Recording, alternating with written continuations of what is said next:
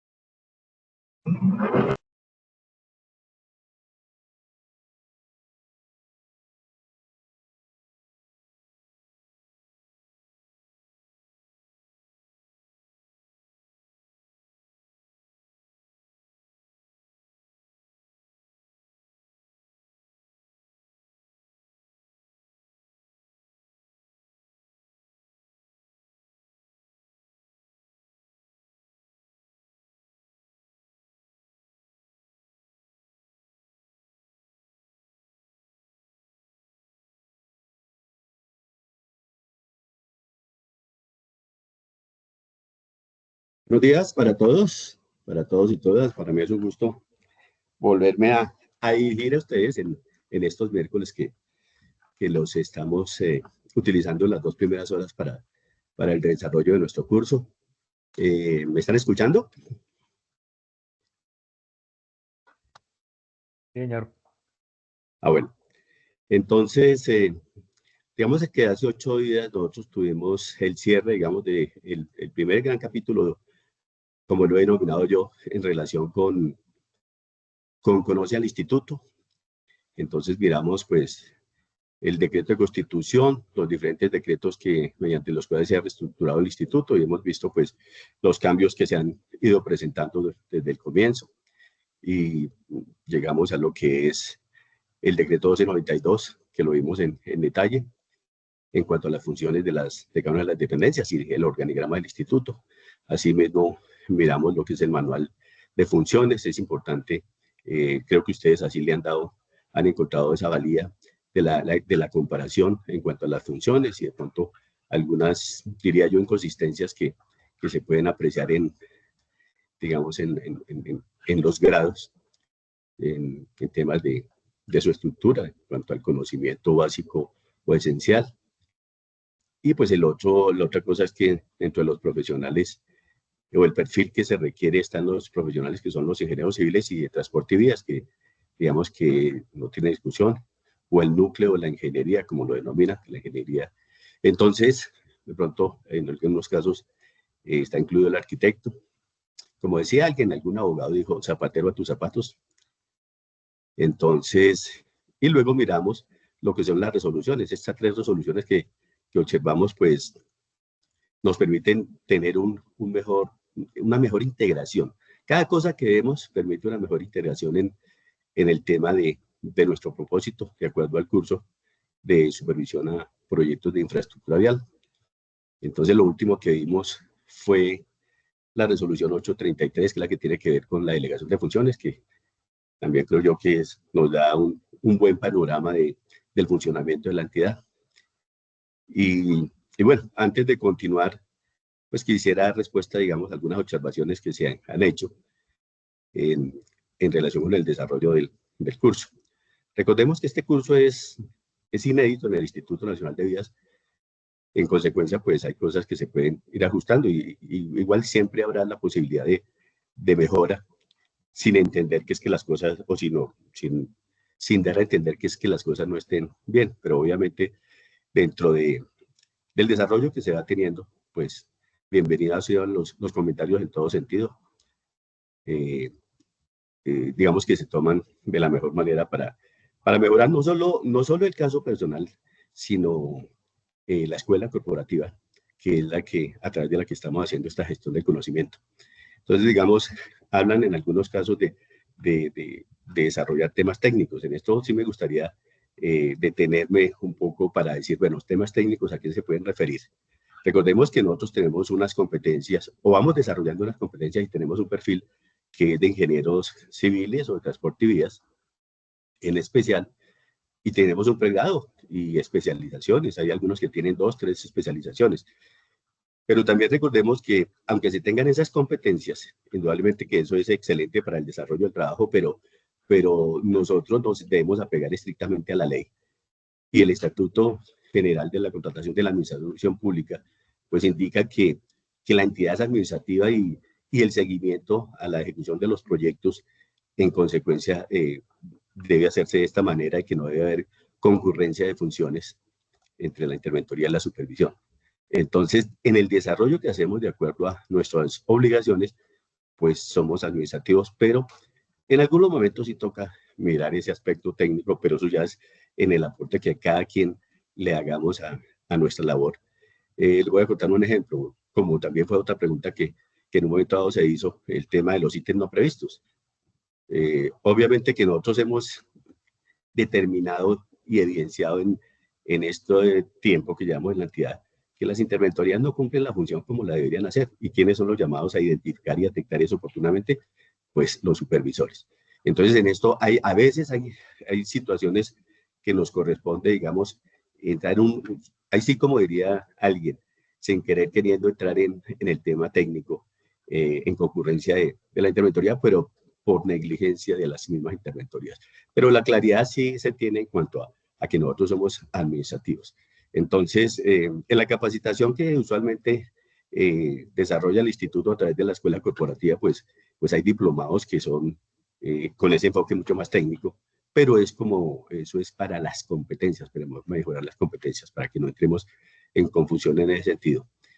Otro tema que de pronto se había dicho era el tema de la lectura que hacemos de esos documentos importantes, y creo que es absolutamente necesario, teniendo en cuenta que otra de las cosas que hemos evidenciado en este tema es que a la gente no le gusta leer. Entonces vamos a ver si despertamos un poquito la cultura de la lectura para que efectivamente nos informemos. Es que la forma como nos informamos, hay muchas formas.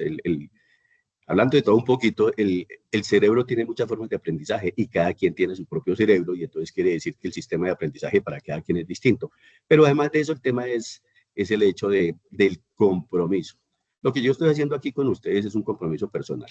O sea, a mí nadie me está obligando a que yo realice esto, lo hago porque así como yo cuando entré al instituto hubo algunos ingenieros que me facilitaron las cosas.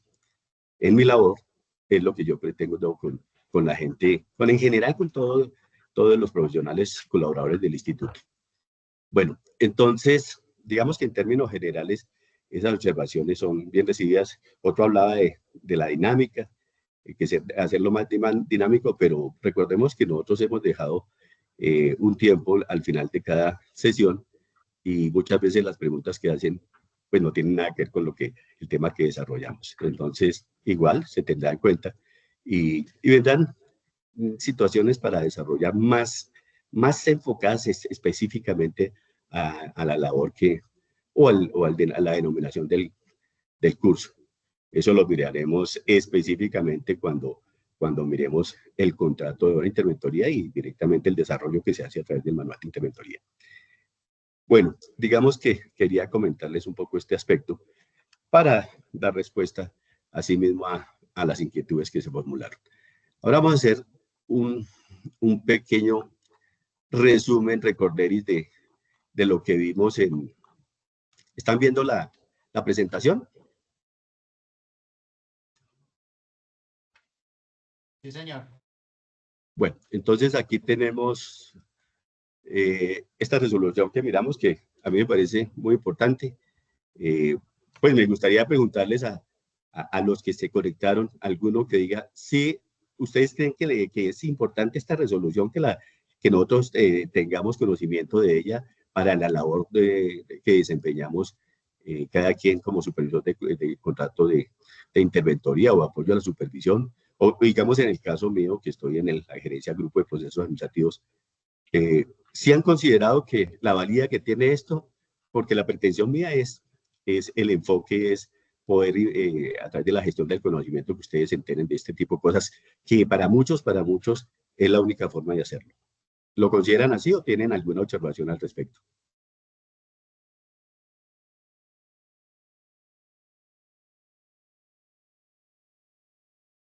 Bueno, supongo que sí, el que calla otorga, dicen por eso. Por ahí, bueno, entonces Inge, nosotros para miramos... mí, Inge, espera, ¿Sí? yo quería hacerle un Adelante. comentario. Para mí sí, pues fundamental la resolución, el conocimiento pues del supervisor de esta resolución, porque pues digamos que da unos lineamientos muy específicos en cuanto a las actividades que cumple cada dependencia en las etapas pues precontractual, contractual y poscontractual. Y pues importantísimo porque marca, digamos, los pasos que debe de cumplir en todos estos procesos el supervisor. Excelente, sí, eso es lo que se quiere, digamos, que ustedes puedan apreciar y expresar. Yo creo que hay una secuencia lógica que permite el entendimiento y asimilación de lo que es el instituto y lo Ya, que, y lo de, señor, de la misionalidad, de todo. Es decir, esto, vuelvo y repito, no se había hecho de esta manera. Usualmente nosotros recibimos información aislada en la inducción, incluso que da el instituto, y hay algunas dependencias, como en el caso de la DO, que tiene su propia guía, que me parece súper interesante. He estado haciendo averiguaciones, preguntando si cada una de las direcciones técnicas tienen esta guía, y parece que la única que tiene es la O, pero es muy interesante.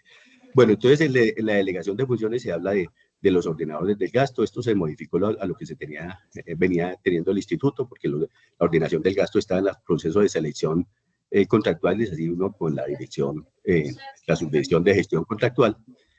Entonces, en este caso es para las unidades ejecutoras, las que tienen esta delegación, está la DO y la DT con cuantías iguales o superiores a 30.000 salarios mínimos, que lo dijimos. Lo mismo en los contratos de interventoría de la delegación del gasto, también el tema de lo que son las modificaciones a los contratos, a ver si cerramos un micrófono, por favor, que está por ahí abierto.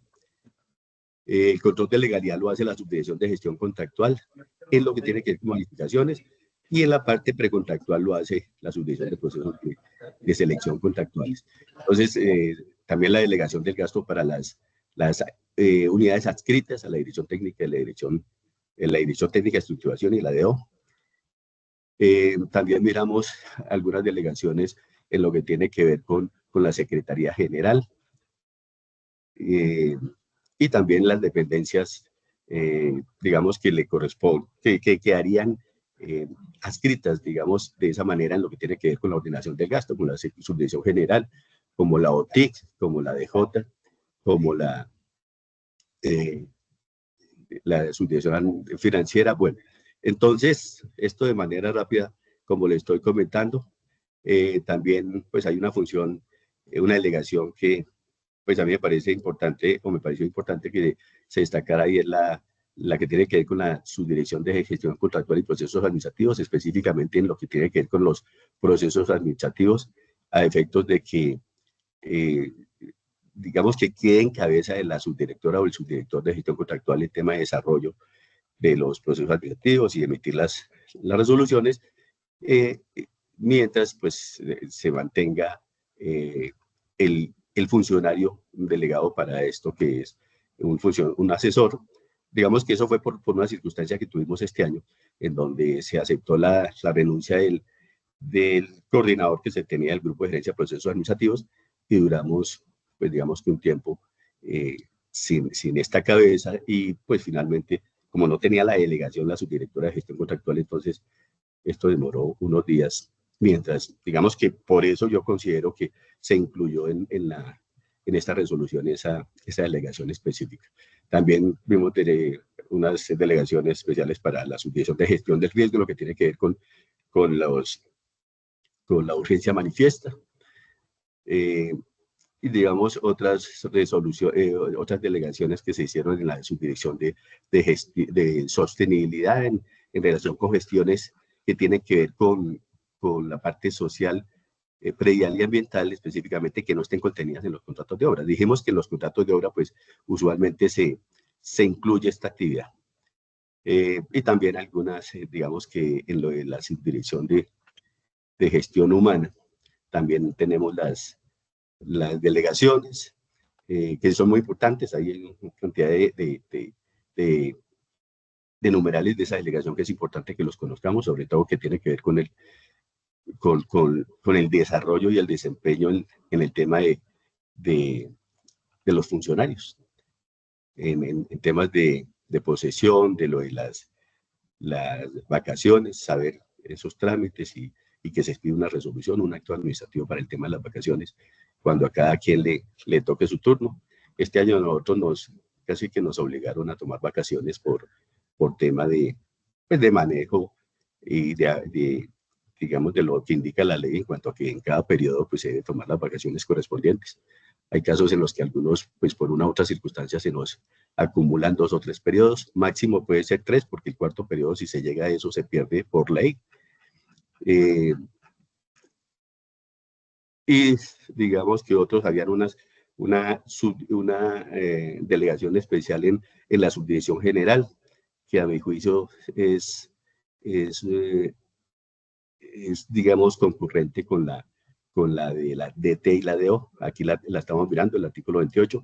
Delegar en los titulares de las mencionadas dependencias la facultad de dirigir, coordinar, controlar y evaluar la ejecución de los procesos de supervisión y ejecución, seguimiento de responsabilidad de las subdirecciones adscritas, es igualita a la de estas 2 direcciones que mencioné, y además incluye las direcciones territoriales. Recordemos que la subdirección general es, digamos que sirve de mediador o de interlace entre las unidades ejecutoras y las direcciones territoriales.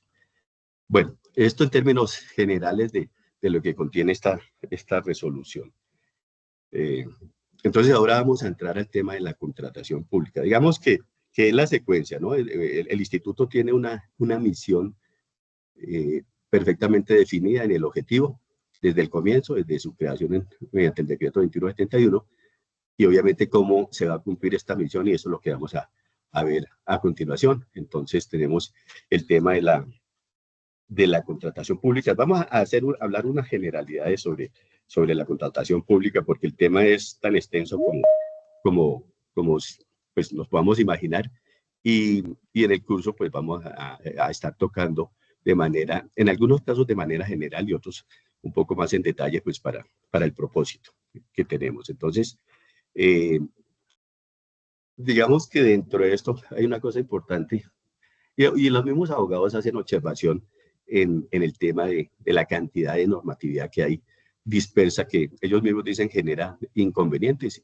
Y la ventaja que ahorita, pues hace un tiempo tienes con Internet, que nosotros podemos consultar una ley y podemos saber cuántas modificaciones o adiciones o complementaciones se ha hecho, incluso se derogan algunos artículos o literales o numerales. Entonces esto es una gran ventaja pues en esta era moderna. Entonces apenas a título enunciativo, pues para entender, las que están aquí son una parte, porque si nosotros miramos en el manual de interventoría hay una relación enorme de leyes y normas y decretos que aplican en algún momento para lo que tiene que ver con el desarrollo de las obligaciones contractuales de obra de interventoría.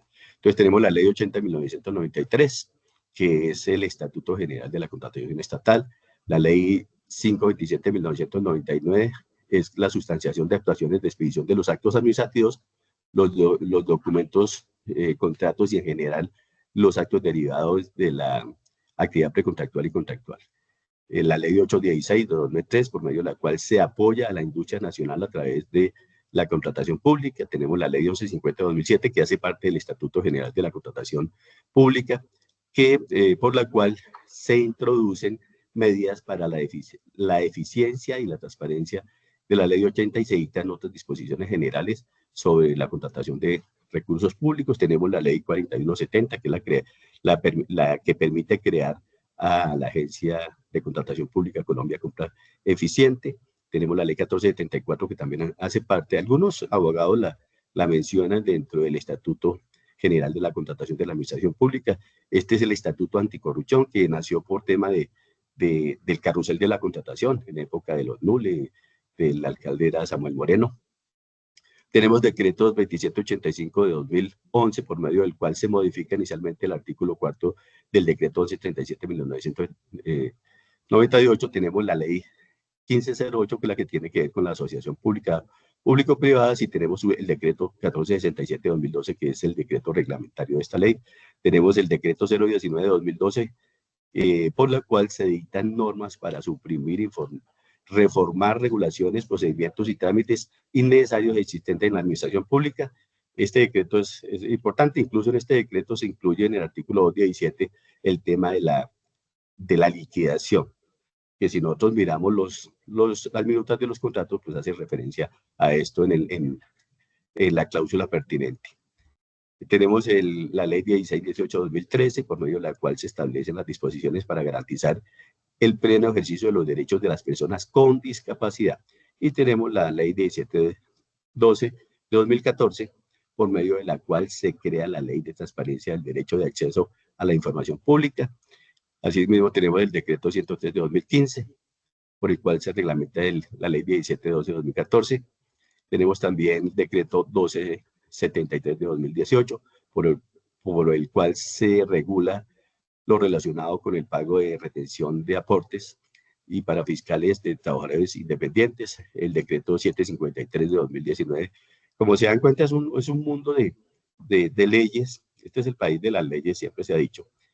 Y el propósito es, digamos, dar a conocer de manera así muy rápida esto, porque vuelvo y lo repito, estas situaciones, salvo la experiencia que va adquiriendo cada uno, pues ve la necesidad en algunos casos de consultar estas leyes. Lo digo por el caso personal que me ha tocado en varias ocasiones. Esto es, como bien se dice, los proyectos son únicos y cada quien tiene un desarrollo diferente, así sean los mismos contratistas los que, digamos, el mismo contratista que ejecuta 1, 2 o 3 contratos de manera similar. Tenemos el decreto 1082 de 2015, que es el decreto reglamentario de la Administración de Planeación Nacional. La ley 1882 de 2018, que algunos también la incluyen como parte de la contratación pública, de ese estatuto. Esta ley lo que trajo como novedad son los pliegos tipo, ley 1882 de 2018. Tenemos el decreto 392 de 2018, por el cual se reglamenta el numeral 1 y 8 del artículo 13 de la ley 1618 de 2013, el decreto 342 de 2019, se adiciona al decreto 1082, documento tipo para la licitación de obra pública y de infraestructura del transporte. Tenemos la ley 1682 de 2013, que en algunas ocasiones yo la he mencionado y que es importante que nosotros como ingenieros tengamos en cuenta algunos artículos. Esta ley por la cual se adoptan las medidas y disposiciones para los proyectos de infraestructura de transporte. Digamos aquí cosas que hemos venido viendo, y en los mismos contratos se habla del 7x24. Esta ley en el artículo 17 menciona el 7x24, o sea, el trabajo de los 7 días a la semana, las 24 horas, que si lo vemos en los contratos, yo no conozco contrato en donde haya presentado esto, porque aunque la exigencia es clara, que el propósito de la ley en este sentido es que se hagan los contratos en el menor plazo del previsto, y lo que hemos visto desde siempre es que es mayor plazo del previsto. Tenemos la ley 214 de 2019, por la cual se regulan las sanciones para los condenados por corrupción y delitos contra la administración pública. En esto conocí recientemente un caso, eso es un convenio, unos contratos que se hicieron, que suscribieron municipios en donde hubo extinción de dominio de uno de los contratistas, y el municipio ni siquiera supo cómo abordar y manejar esto. No tengo ni idea por qué, pero la situación no la supieron aplicar, y eso generó pues problemas para todos, incluyendo la interventoría, que es una interventoría contratada por el Instituto Nacional de Vías. La ley 2013 de 2019, por la cual se busca garantizar el cumplimiento de los principios de la transparencia y publicidad mediante la publicación de las declaraciones de bienes y rentas. Esto nos tocó recientemente, pasó el tema de la declaración de bienes y rentas, que el doctor Julio aquí lo mencionaba en cada una de las sesiones. Al final esperemos que todos hayamos podido cumplir con esa obligación. La ley 2022 de 2020, por la cual se modifica el artículo 4 de la ley 1882, la ley 2043 de 2020, por medio de la cual se reconocen las prácticas laborales como experiencia profesional y o relacionadas, y se dictan otras disposiciones.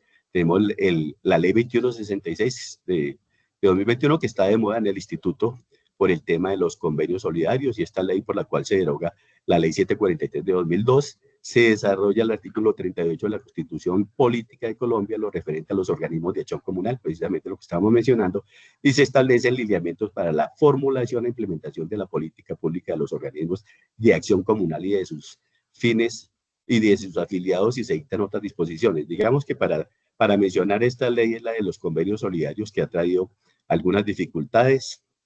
Casualmente tenemos ahora un procedimiento administrativo sancionatorio en contra de unas interventorías, y la verdad es que esto no ha sido fácil, incluso entenderlo, y el desarrollo que se ha dado no ha sido tan sencillo. Yo creo que se ha entrado de alguna manera en algo de improvisación, como de costumbre, para este tipo de eventos nuevos en la contratación, digámoslo de esta manera.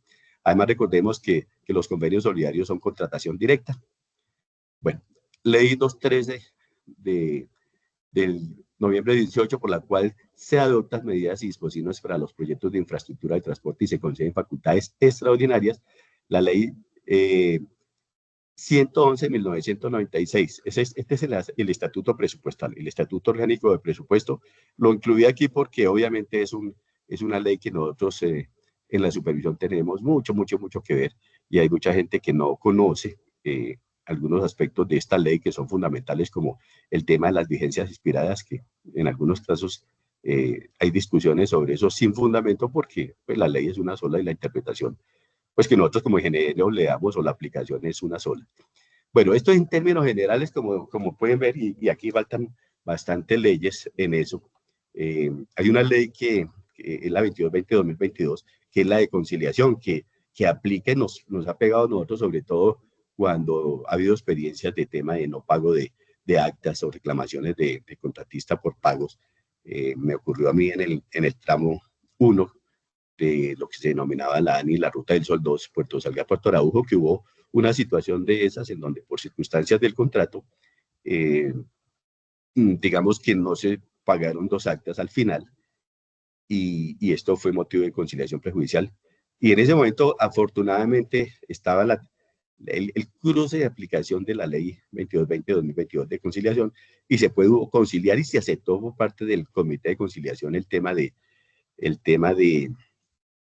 la conciliación con el contratista de obra. Asimismo, no fue favorable para el contrato de interventoría, que también, por las mismas circunstancias que se presentaron del contrato de obra, no se pudo presentar y por supuesto, pagar el acta de final de costos. Y en este caso, sí, en la aplicación de esta ley 22/20/2022, pues no aceptaron la conciliación, el grupo de conciliación, pues apegándose a lo indicado en esta ley. Entonces, obviamente, se genera un problema. Digamos que la cosa extraña para uno es si el interventor estaba solicitando que le pagaran sus actas, renunciando incluso a los intereses, ¿por qué no se podía conciliar? No, esto entonces que se vaya, demanda y después acción de repetición, que eso se verá seguramente en algunos años. Entonces, digamos que es importante esta información que les comento. Tal vez algunos no pasen por esas, pero no hay que esperar. Bueno, esto en términos generales. Ahora vamos a hablar un poco de las generalidades sobre la contratación pública.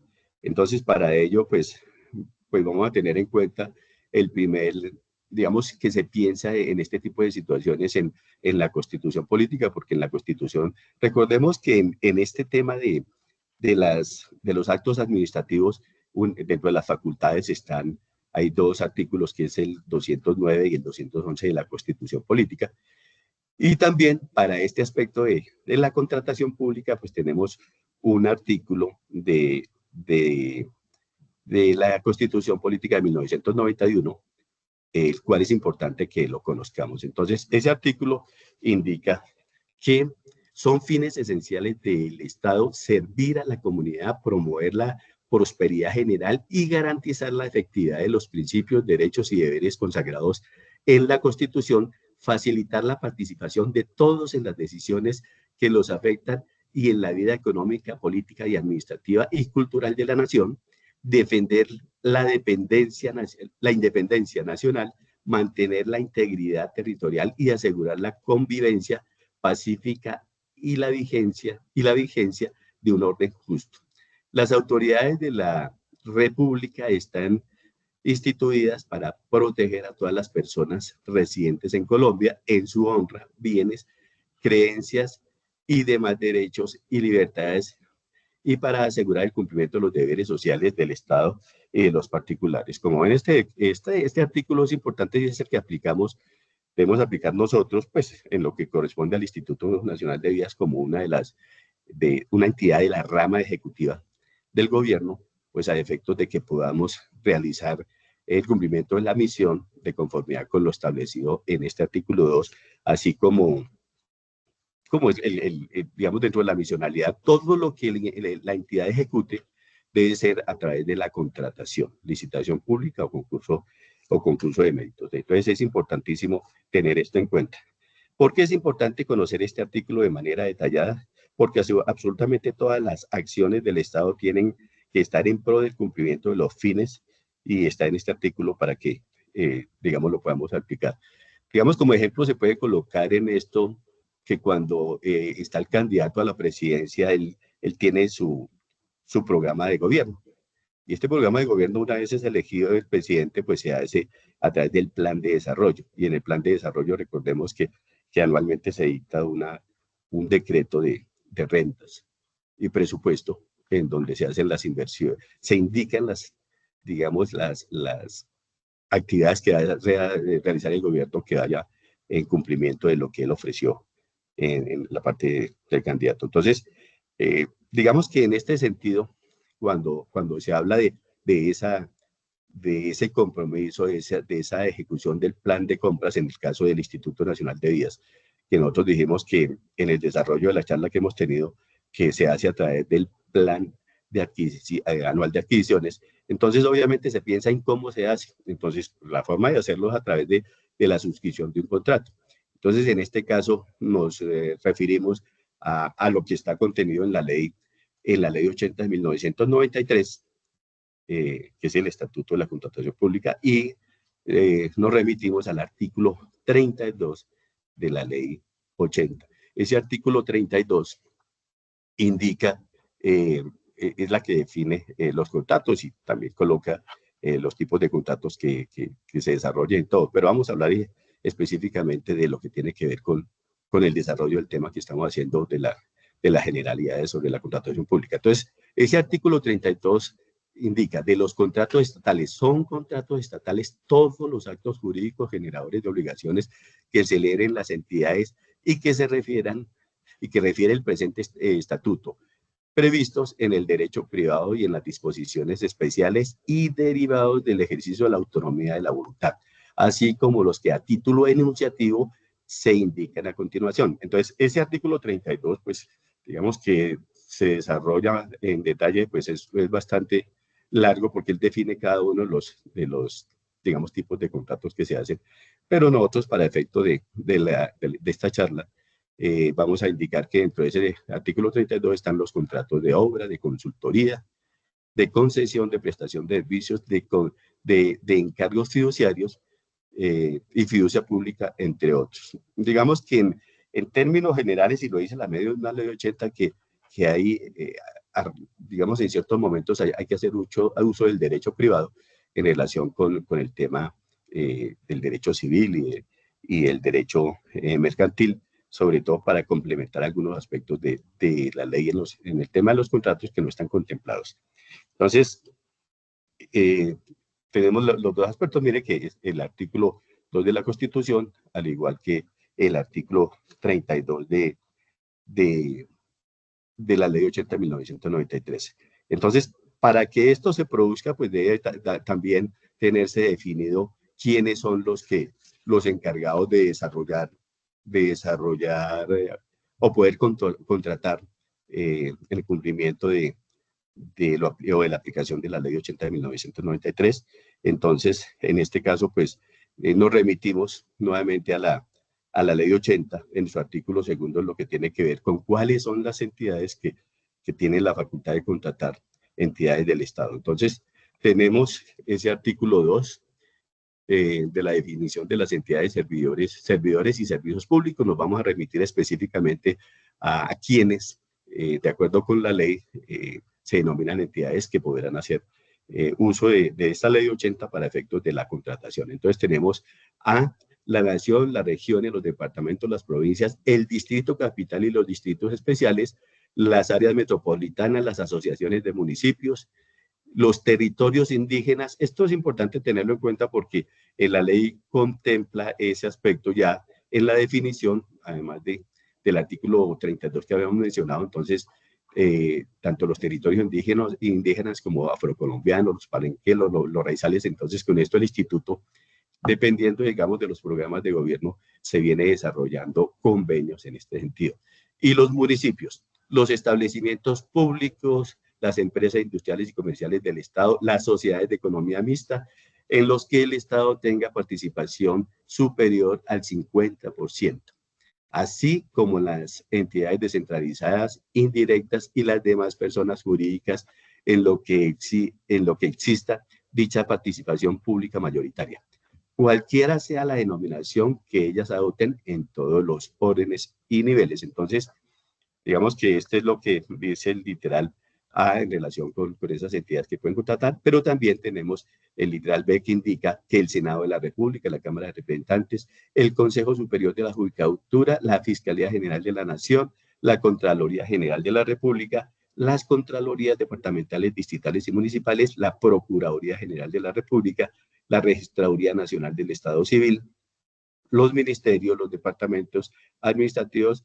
las superintendencias, las unidades administrativas especiales y en general los organismos o dependencias del Estado a los que la ley otorga esta capacidad. Entonces, mire que es una secuencia interesante que podemos ir mirando en el tema de las generalidades de la contratación pública, sobre todo para identificar en cada punto a quienes les corresponde, quiénes son los responsables de realizar la contratación en este caso. Entonces, además de eso, pues, podemos mirar que para desarrollar estos contratos, para suscribirlos previamente hay que surtir una serie de etapas. Entonces, nos damos cuenta, digamos que en los proyectos, en términos generales, nosotros como ingenieros entendemos que en un proyecto pues tiene tres fases, además de lo contemplado estrictamente en la ley.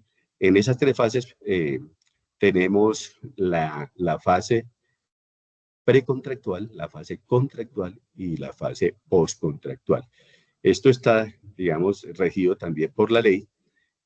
Inicialmente no la tenía tan explícita la ley 80 de 1993, por eso vino la ley 1150 de 2007, así como la aplicación del decreto 1082 de 2015. Ese decreto 1082 pues fue recopilando, digamos, la reglamentación que tiene que ver con la contratación a nivel nacional. Y entonces tenemos esas tres fases de las cuales pues empezamos a hacer una mención de manera general de cada una de ellas. Entonces tenemos que en la fase precontractual, pues ellos nos indican, digamos que para eso hay que hacer el proceso de selección, y el proceso de selección está contemplado en la ley 1150 de 2007, como lo mencionamos, en su artículo 2.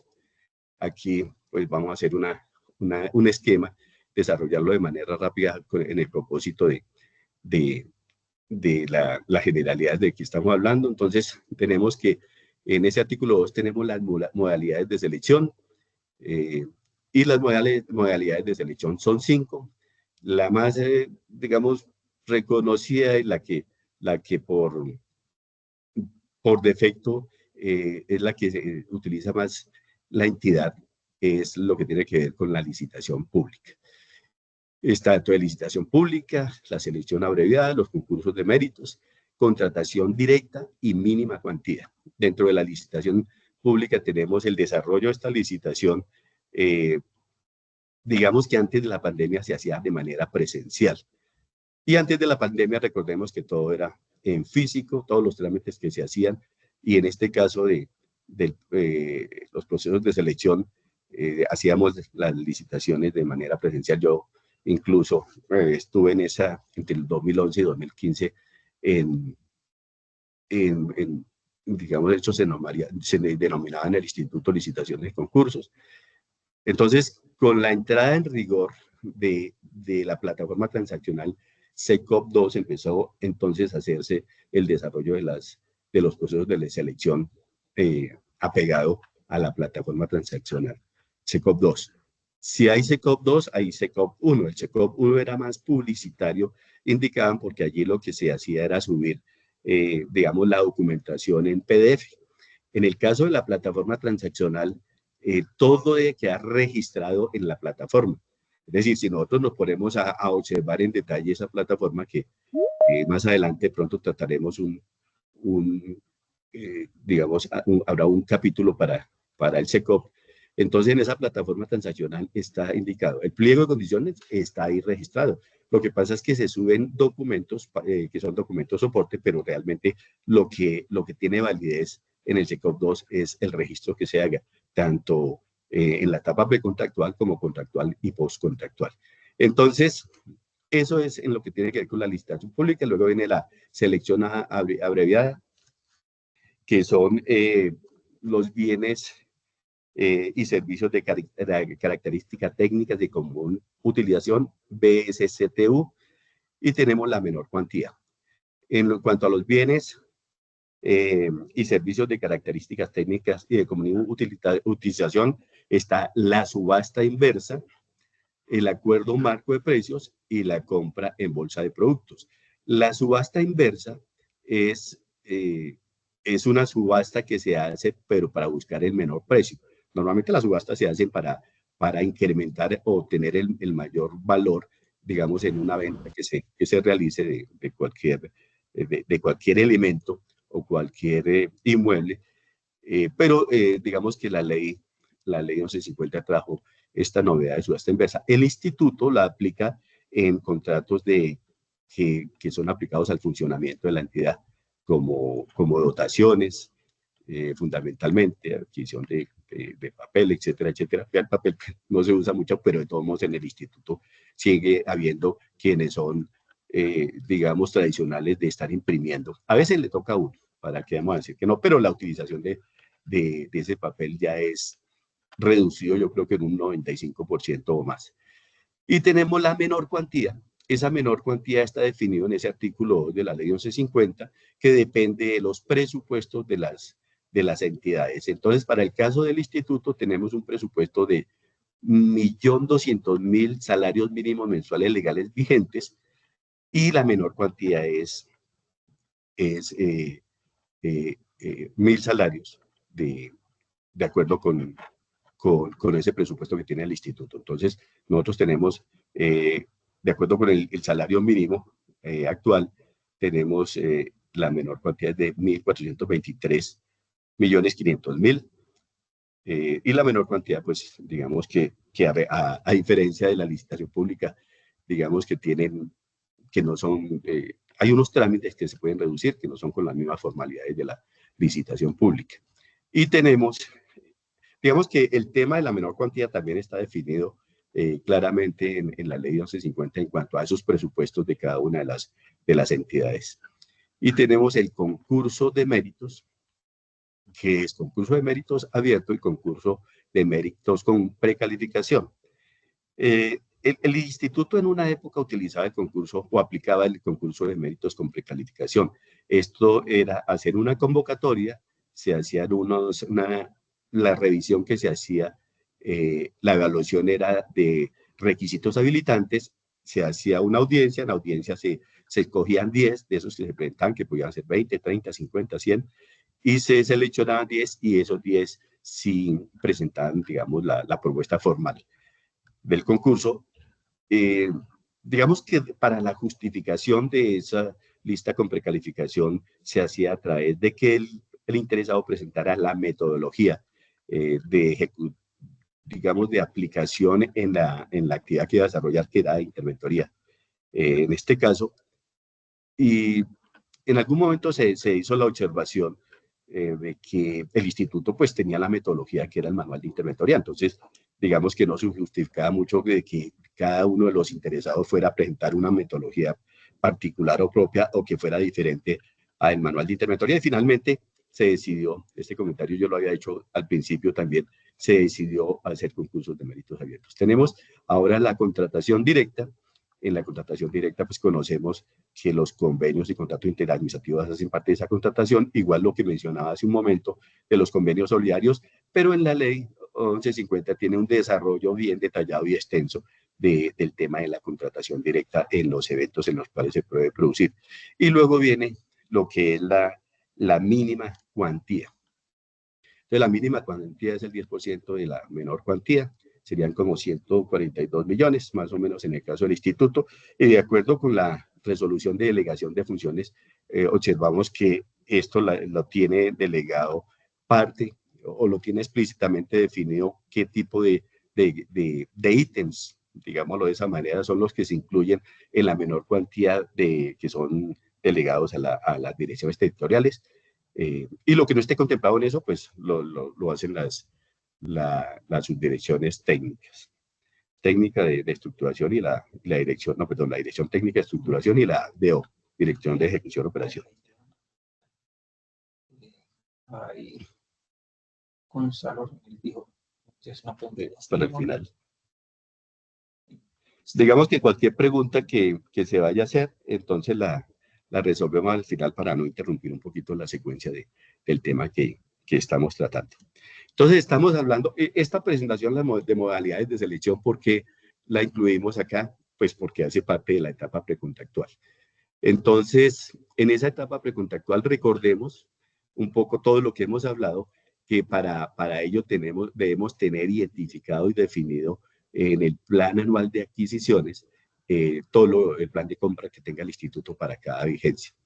Entonces, este plan anual de adquisiciones, que es la base de la contratación, se elabora, lo mencionamos también, coordinadamente entre la Oficina Asesora de Planeación, con todas las dependencias y para el efecto de la misionalidad del instituto, pues con las unidades ejecutoras, la subdirección de estructuración, planificación de la infraestructura, pues todas las dependencias. Resalto esto por la labor específica que tiene cada una de ellas. Entonces, se hace la estructuración del proyecto, esto se coordina con unidades ejecutoras y la subdirección de planificación de la infraestructura. La responsabilidad de la estructuración es de la subdirección de estructuración, como su nombre lo indica, y ese es el propósito. Eso fue lo que se buscó con la estructuración que se hizo a través del decreto 1292 de 2021. En un principio, digamos que fueron resistentes un poco en la subdirección de estructuración a entender y asimilar esto, pero yo les comentaba a ustedes que en los primeros, digamos en el año 2000, en el inicio de este siglo, nosotros realizábamos en las unidades ejecutoras todo el proceso, es decir, la fase precontractual, contractual y postcontractual.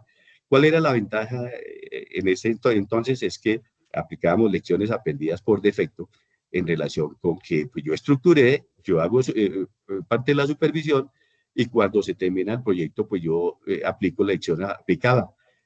Como digo yo, por defecto, no se tenía un concepto, digamos, definido específicamente del término lecciones aprendidas y lo que involucraba. Entonces, sin embargo, se hacía así. En la segundo proceso de estructuración que se sacara, a mí me tocó, yo les comenté a ustedes, Zaragoza Caucasia, era de Vías para la Paz, en ese entonces el programa de gobierno, y realizamos esa segunda fase y se tuvieron en cuenta aspectos que se presentaron en el desarrollo del contrato. Entonces, una vez se tiene ya estructurado, se pasa a la subdirección de procesos de selección contractuales y allí pues se inicia el proceso de selección como tal. Entonces se hace la resolución para abrir la licitación, después se hace la audiencia para aclaración de términos del pliego de condiciones, pero a su vez de conformidad, como lo dice el artículo 4 de la ley 1150, el tema de discutir la matriz de riesgos. Esa matriz de riesgos, digamos que ha tenido su desarrollo en el instituto, en donde, de acuerdo con ese artículo 4, dice que es la identificación, cuantificación y asignación de los riesgos. Eso tiene todo un proceso que también son temas interesantes a futuro para poderlos desarrollar, para que tengamos un entendimiento de cómo es que se formula una matriz de riesgos y que algunas veces la PMO ha tocado ese tema, pero nosotros como entidad pues nos apegamos a a la aplicación del decreto 3714, que es el de la matriz de riesgos, el decreto COMPES, y así lo hemos venido desarrollando, pero fundamentalmente este tema de la matriz es algo de experiencia. Esto se va alimentando con las lecciones aprendidas en desarrollo de los contratos, y se ha venido desarrollando muy bien. Para hacerles comentarios respecto a esta matriz de riesgos, en el año 2011-2012 recuerdo que el coordinador de licitaciones y concursos hizo una observación por cuanto el instituto tenía la tendencia de incluir los riesgos, incluir lo que estaba amparado en la póliza de cumplimiento, en especial, incluirlo como un posible riesgo, y resulta que no, porque está amparado, entonces esto no se convierte en un riesgo. Fue algo que aprendimos en aquella época con ese aporte que nos hizo ese coordinador que les comento. Entonces, después de eso viene el tema de la evaluación, del recibo de las propuestas, el cierre de la licitación, la evaluación que se hacen. Entonces se nombra un comité evaluador para que realice este aspecto, y este comité evaluador tiene 3 profesionales, que es el jurídico, que tiene que ver con los requisitos habilitantes contenidos en el pliego de condiciones. Tenemos el técnico, que normalmente es un ingeniero civil o de transportes y vías, y que es el que se encarga de hacer la revisión técnica. La revisión técnica es la que ofrece mayor dificultad en los procesos de selección.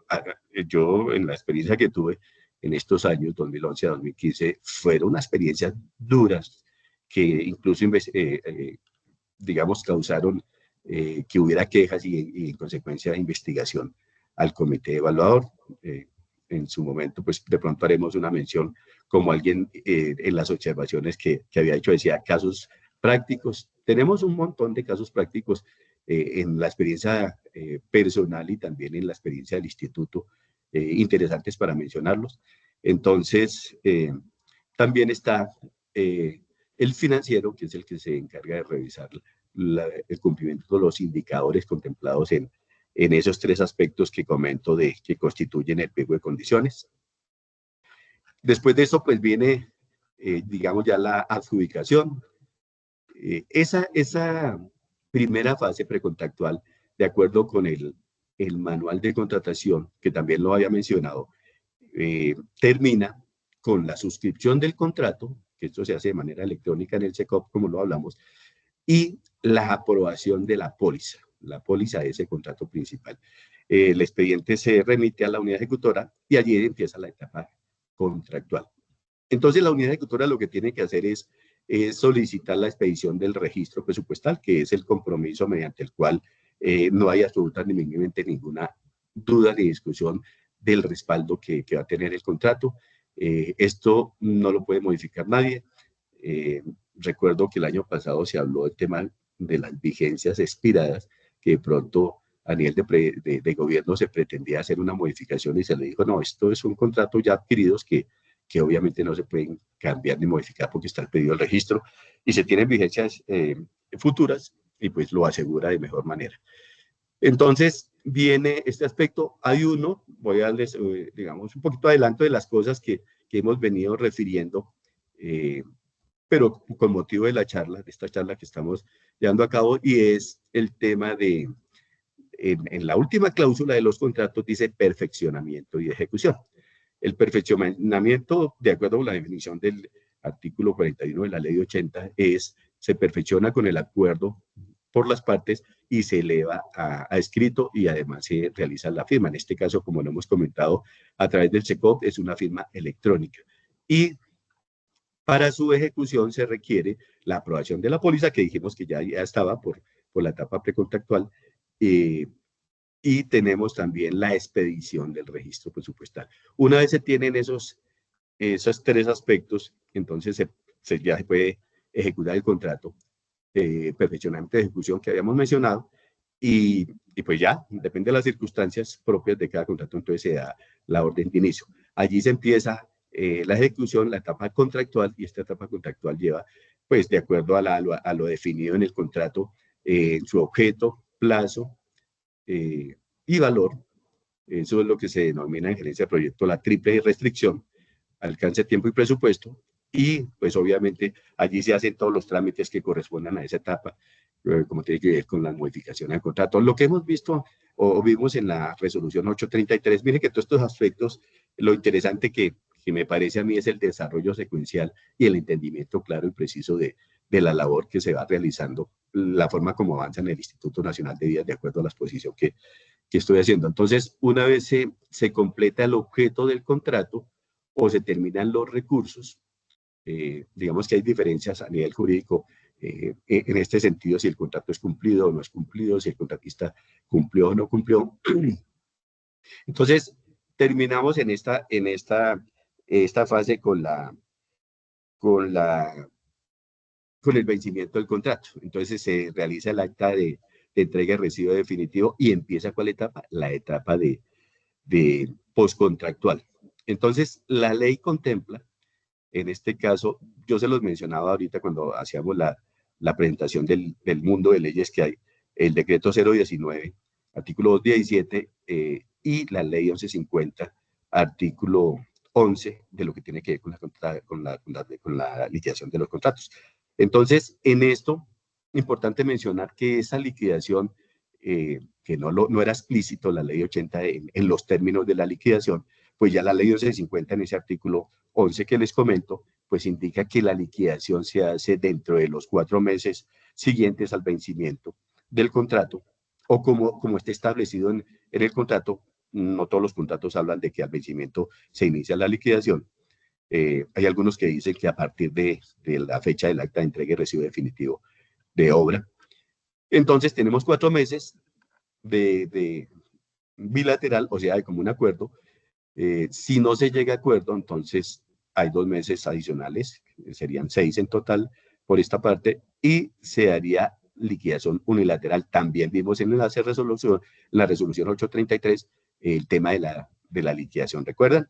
En lo que tiene que ver con la DT, la DO y sus dependencias adscritas. Entonces, los 2 meses, y en todo caso se tienen 2 años adicionales para poder realizar la liquidación del contrato. O sea, en total 30 meses. Una de las sugerencias que se les da a ustedes y que nosotros las aprendimos a aplicar, no fue fácil. Yo les comenté a ustedes que por allá en el año 2006 a nosotros nos envió un memorando la Oficina de Control Disciplinario indicándonos que nos daban 6 meses para liquidar los contratos que teníamos pendientes o si no nos abrían un proceso disciplinario.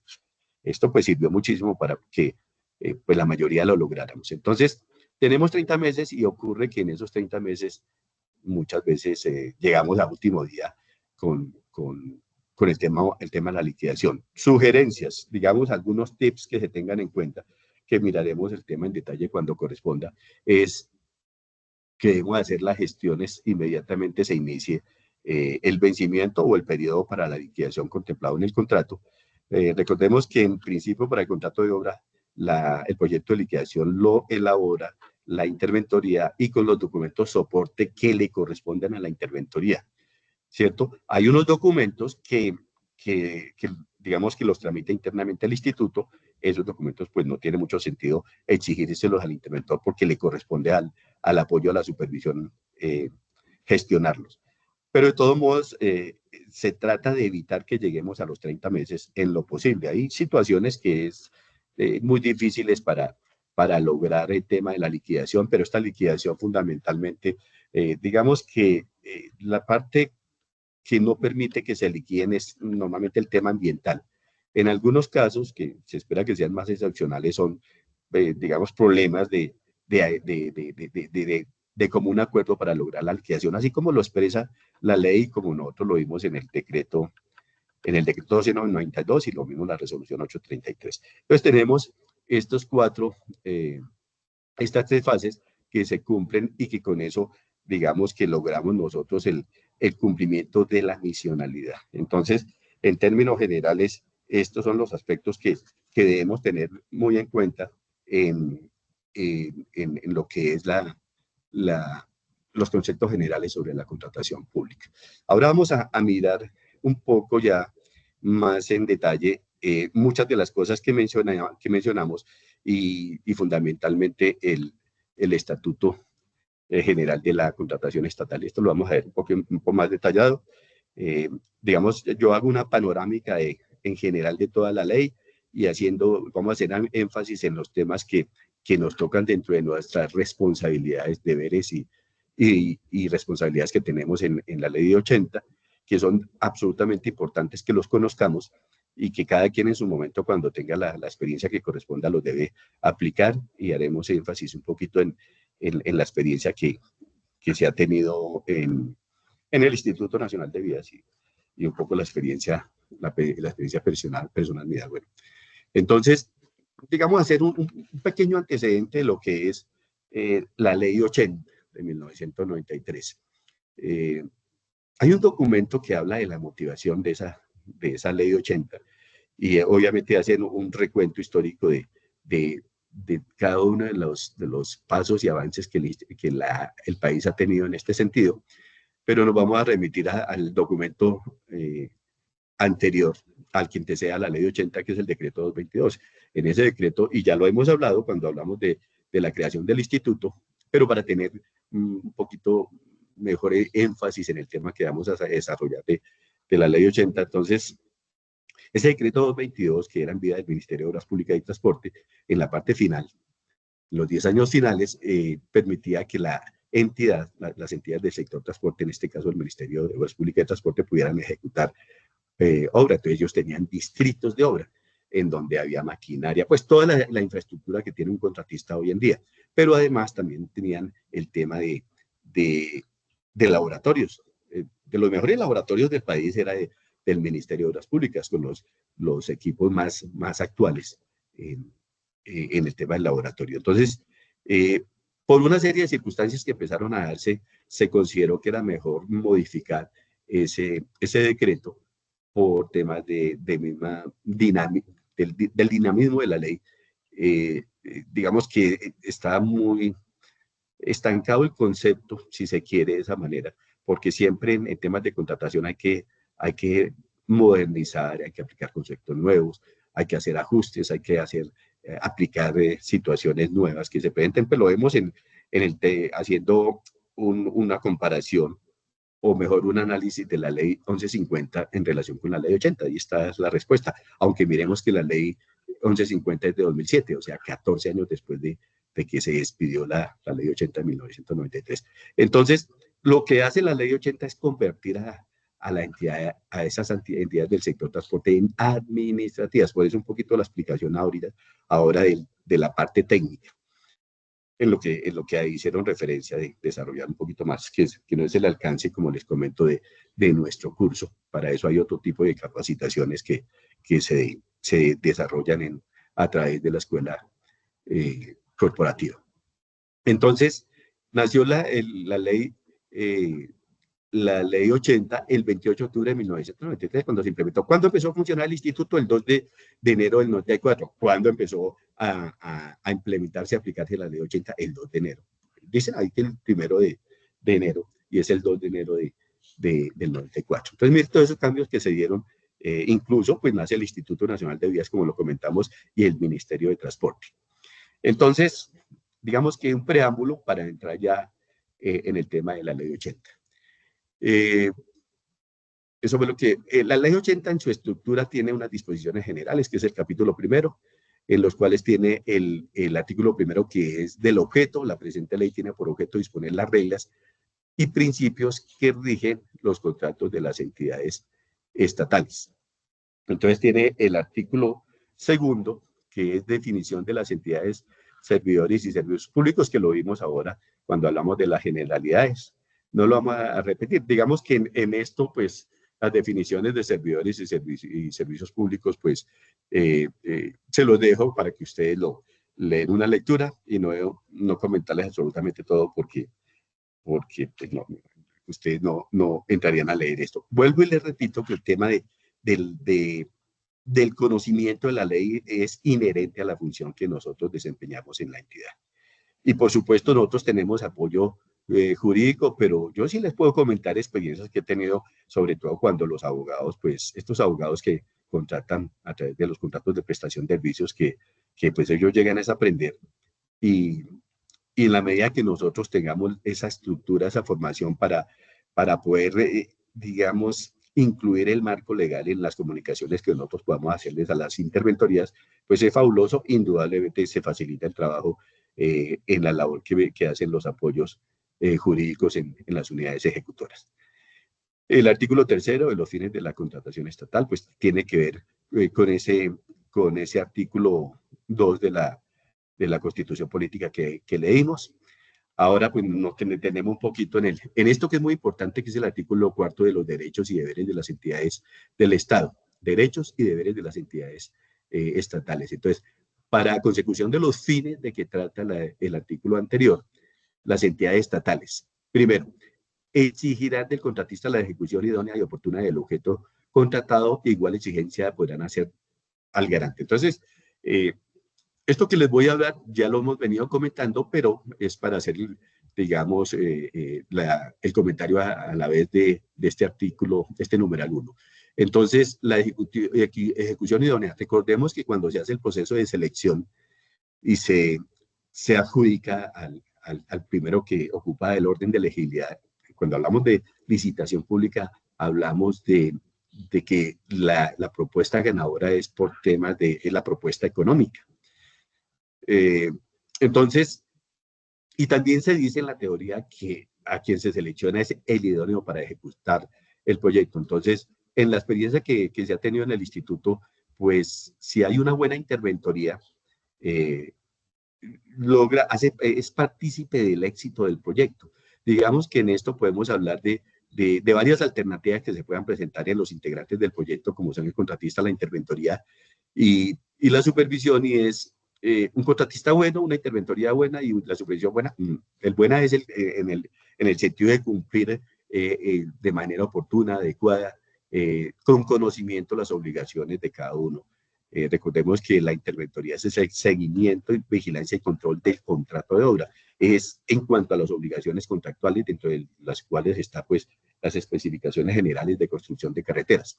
Entonces, si los tres son buenos, hablando en estos términos, pues obviamente el contrato va a ser exitoso. No quiere decir que se vaya a construir en el plazo previsto, porque la experiencia dice que son excepciones, pero muy, muy contaditas, de pronto con los dedos de una mano, el tema de que se puedan ejecutar proyectos dentro del plazo previsto.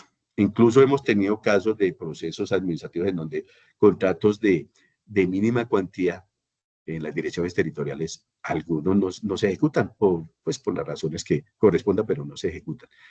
Entonces, también tenemos digamos, dentro de las alternativas, que el contratista sea bueno y la interventoría ya no lo es tanto, pero la supervisión es buena. Digamos que, digamos, este término se puede lidiar con eso. En resumen, el tema es que el contratista sea aquel que tiene toda la organización adecuada y los recursos disponibles para poder ejecutar el proyecto, aparte de las circunstancias que se puedan presentar del mismo, y para eso recordemos que hay una matriz de riesgos en donde se puede definir este aspecto.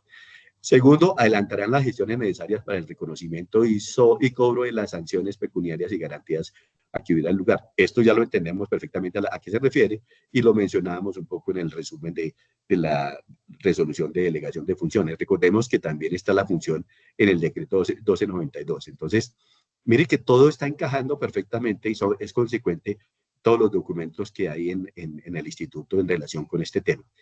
Tenemos el tercero: solicitarán la actualización o la revisión de los precios cuando se produzcan fenómenos que alteren en su contra el equilibrio económico y financiero del contrato. Esto es una situación que a algunos les da un poco digamos, son prevenidos por obvias razones, porque esto siempre va a terminar en investigaciones cuando se entra a evaluar el equilibrio económico del contrato. Ese equilibrio económico, bueno, en este caso está perfectamente indicado hacia qué lado va el análisis, porque es dentro de los derechos y deberes de las entidades. Pero hay casos en los cuales yo conocí casos hace mucho tiempo de que de pronto había un desequilibrio económico que va en contra de la entidad. Esta situación es más difícil de conceptuar, pero se presentaron situaciones de esa clase.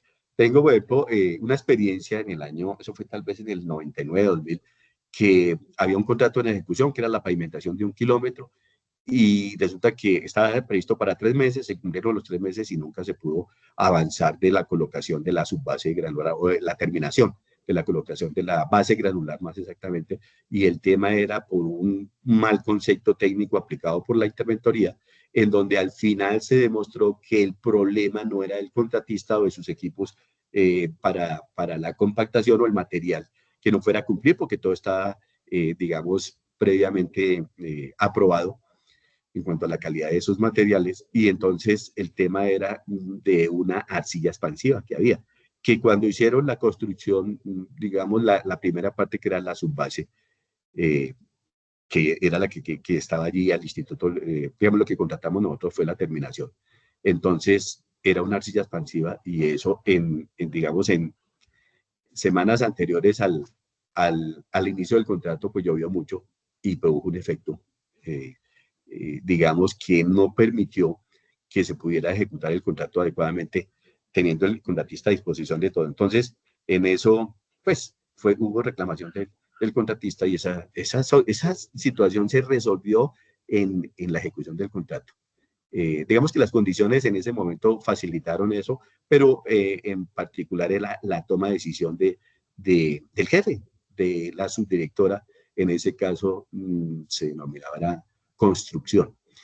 Bueno, cuarto, adelantarán revisiones periódicas de las obras ejecutadas, servicios prestados o bienes administrativos para verificar que ellos cumplan con las condiciones de calidad ofrecidas por los contratistas. Entonces, mire que esto tiene mucho que ver con el tema que hemos venido desarrollando y en especial, digamos que yo les puedo comentar casos con mucha frecuencia de lo que se presenta en procesos administrativos.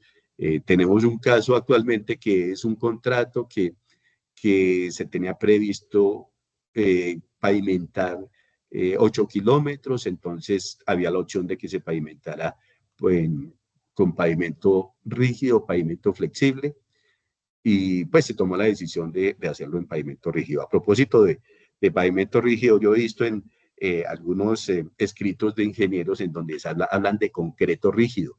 Yo creo que se refiere al tipo de pavimento y no a... El concreto es concreto hidráulico, entonces lo digo porque lo he visto con mucha frecuencia el tema de que coloquen esa expresión, concreto rígido. Bueno, en este caso que estoy comentando, le resulta que el contrato no ha terminado, empezó en el 2021 y resulta que fallaron la tercera parte de las losas colocadas, tienen fisuras longitudinales, transversales y de borde. Entonces, aquí se los dejo a ustedes y me recuerdan y lo trataremos en el tema correspondiente. Aquí lo hago únicamente por mención y resulta que se demoró más de un año la interventoría en carteos con el contratista a efectos de que reparara esas losas y lo que solicitó la interventoría es un presunto incumplimiento del contratista.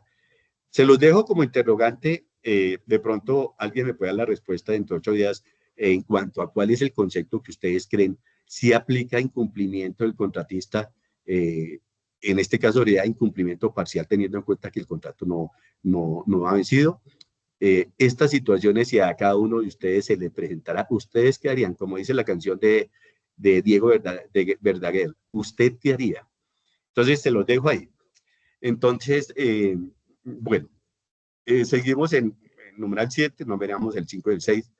Por obvias razones dice, sin perjuicio del llamamiento en garantía, repetirán contra los servidores públicos, contra el contratista y terceros responsables, según el caso, por las indemnizaciones que deban pagar como consecuencia de la actividad contractual. Tenerlo en cuenta porque yo les dije a ustedes de comienzo, vamos a mirar cosas que nos pegan a nosotros cuando desarrollamos el tema de la supervisión. Cuando hay hallazgos, la Contraloría siempre cae en el supervisor. O sea, para la Contraloría, y eso ha sido una lucha de nosotros, decirle, no, es que de acuerdo con la ley 80 hay unas responsabilidades en la ejecución y en el seguimiento que son contratados por el instituto, porque así dice la ley, pero la Contraloría normalmente responsabiliza al supervisor. Y el número 10, numeral adicionado por el artículo 019, por el artículo 19 de la ley 1150 de 2007, respetarán el orden de presentación de los pagos por parte de los contratistas. Esto es muy, muy importante porque en el orden en que sean radicadas las cuentas en el grupo de cuentas por pagar del instituto, en ese mismo orden se deben pagar. Digamos que las excepciones que se puedan producir en este sentido deben estar perfectamente justificadas. Es importante, yo creo que ese numeral 10. Ahora tenemos de los deberes de los contratistas. Entonces, para la realización de los fines de que trata el artículo 3º de esta ley, los contratistas, primero, tendrán derecho a recibir oportunamente la remuneración pactada y a que el valor intrínseco de la misma no se altere o modifique durante la vigencia del contrato. Esto es una situación que actualmente el instituto hace un tiempo, pues hemos tenido grandes dificultades para pagar oportunamente, principalmente por tema de PAC. Entonces, en este sentido, el instituto tiene una deuda grandecita. Pues aquí se confluyen dos situaciones. Una, el cumplimiento de la ejecución del contrato, y la otra es la deuda que pueda tener el instituto. Son situaciones que se han presentado en procesos administrativos y que las hemos tenido que resolver de conformidad con la ley. Pues así es la única forma que podemos hacerlo. Segundo, colaborarán con las entidades contratantes en lo que sea necesario para que el objeto contratado se cumpla y que éste sea de la mejor calidad. Otro de los aspectos que son relevantes en esta conversación y sobre todo en tema de hallazgos de Contraloría. La Contraloría en varias oportunidades, un hallazgo que ha hecho es que se reciben las obras sin el cumplimiento de las especificaciones de construcción de carreteras. Entonces, mira, aquí lo estamos haciendo. Casos se ven de que las mismas interventorías, para el ejemplo que yo les colocaba de este contrato que ejecutó Pavimento Rígido, eso es uno de los ejemplos. Es decir, ¿cómo así que se fisuró si el proceso constructivo del Pavimento Rígido es un proceso que es muy, muy exigente, porque teniendo en cuenta que este pavimento tiene mucho más durabilidad que el pavimento flexible, pero el proceso constructivo es básico, es de lo más importante que tiene. Sobre todo que cuando solo hacían comentarios técnicos un poquito respecto al tema que estamos tratando, cuando se presentan fisuras, eso tiene su razón de ser. Y las infiltraciones que se puedan ir produciendo van afectando cada vez más el soporte de la losa.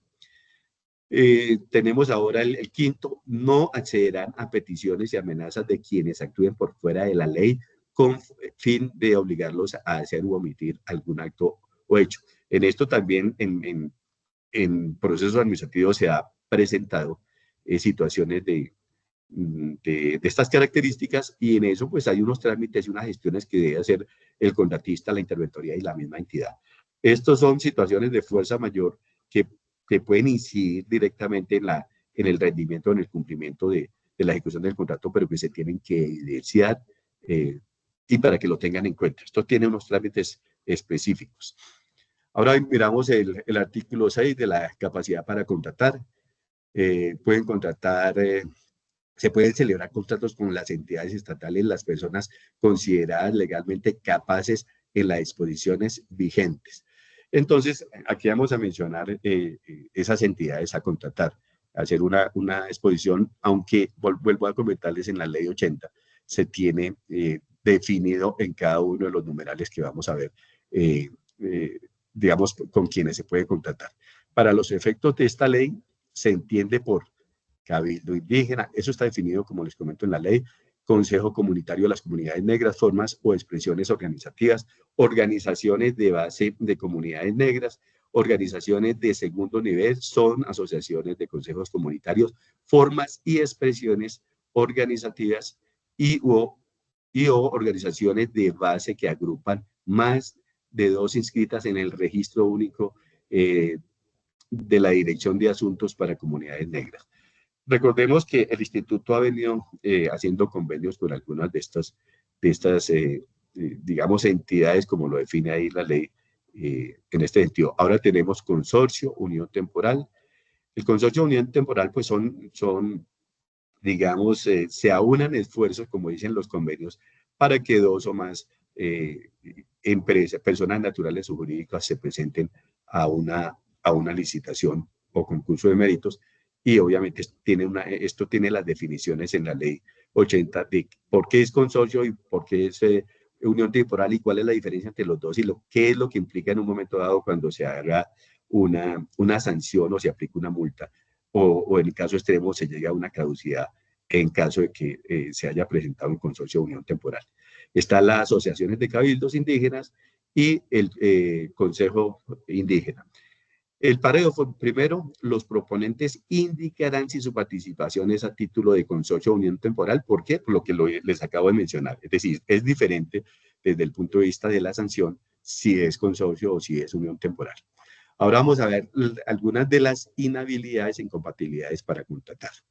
Las personas, ¿quiénes tienen inhabilidad o incompatibilidad para contratar? Pues las personas que se hallen inhabilitadas para contratar por la Constitución y las leyes, quienes participen en las licitaciones o concursos o celebren los contratos de que trata el literal anterior, estando inhabilitados, quienes dieron lugar a la declaratoria de caducidad. Esto es un aspecto importante. Mire que la caducidad, ya lo hemos mencionado también, que es una de las, yo creo que la sanción más extrema que puede aplicársele a un contratista porque en términos generales se convierte en la muerte laboral del contratista por cuanto la inhabilidad es por 5 años, una vez se deja en firme. Obviamente que esto se lleva a demanda ante el tribunal y finalmente al Consejo de Estado, porque obviamente el contratista si tuviera, digamos, la culpa, sea imputable a él, pues siempre va a buscar defenderse en este sentido. Pero hay contratistas que permiten que se vaya a ese extremo. El año pasado tuvimos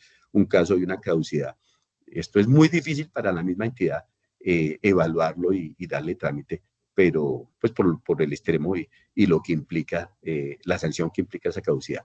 De quienes en sentencia judicial hayan sido condenados a la pena accesoria de interdicción de derechos o funciones públicas y quienes hayan sido sancionados disciplinariamente con destitución.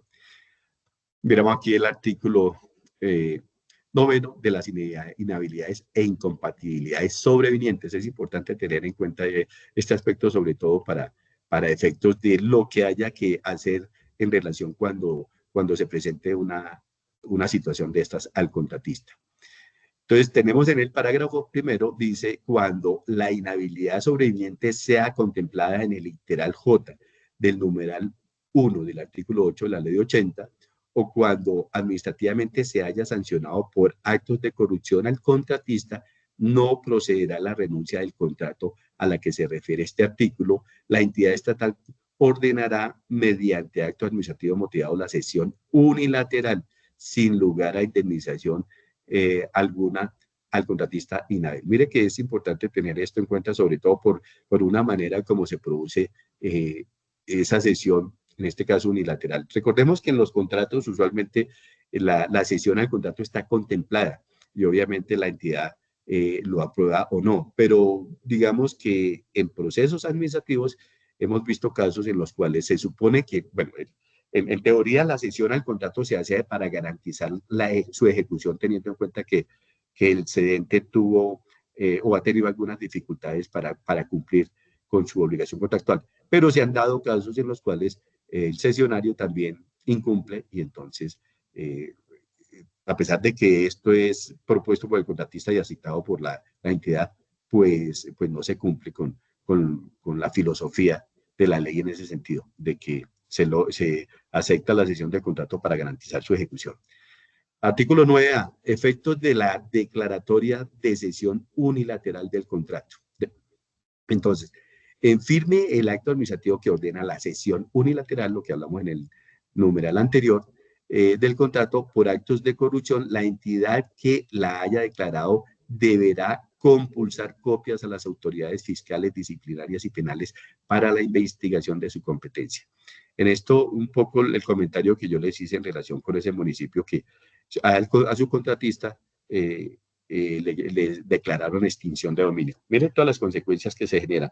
Esto es una situación que no se presenta, digamos, cotidianamente, pero sí, eventualmente. Entonces hay que saber cómo obrar en este caso. Y para el caso de los supervisores, importante saber que en algún momento se habló de eso y se dijo, y aunque esto aquí requiere el apoyo jurídico, indudablemente, pero sí es importante tener conocimiento en ese sentido porque el trámite se origina en la interventoría si el caso es del contrato de obra, o en la supervisión, si el caso es del contrato de interventoría. Y tenemos el artículo 12 de la delegación para contratar. Entonces, vamos a mirar esto que tiene mucho que ver con el tema de la delegación de funciones que vimos en esa resolución 833 de 21 de marzo de 2025. Dice, los jefes y los representantes legales de las entidades estatales podrán delegar total o parcialmente la competencia para celebrar contratos y desconcentrar la realización de licitaciones o concursos en los servidores públicos que desempeñan los cargos de nivel directivo o ejecutivo o en sus equivalentes. Entonces, mire que aquí nos está diciendo la ley en quienes recae las delegaciones. O sea, un funcionario común y corriente no puede ser delegado. Pueden haber errores, no digo en el instituto, pero sí en los municipios se han presentado esos casos.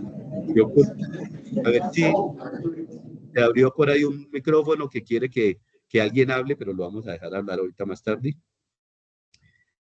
Bueno, entonces,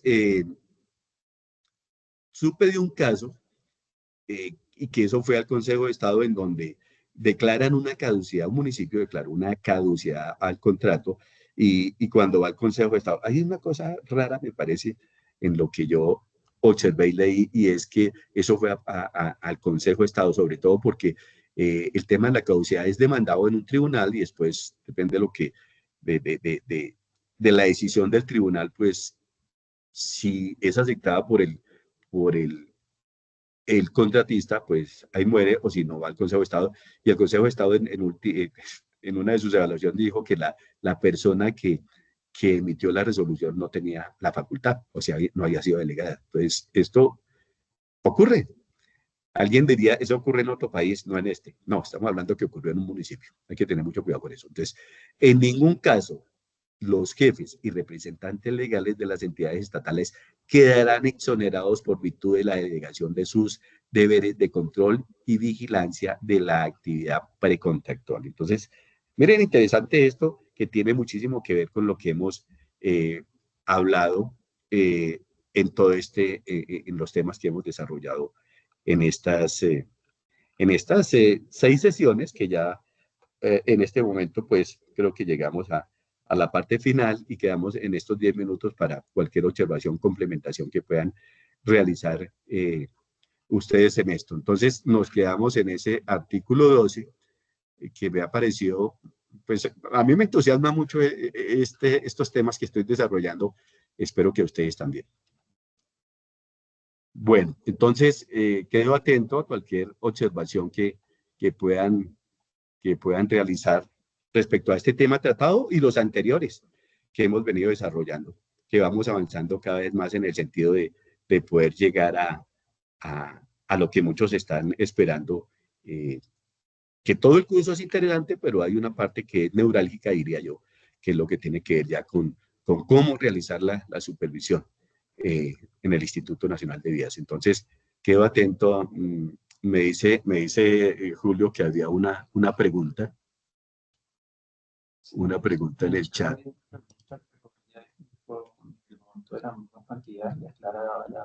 Ah, ya.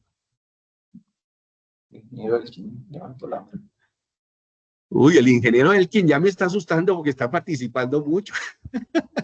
De todos modos, como siempre, es un gusto escucharlo en sus apreciaciones y observaciones. Entonces tiene los 3 minutos que hemos acordado en esto. Adelante, Inge Elkin.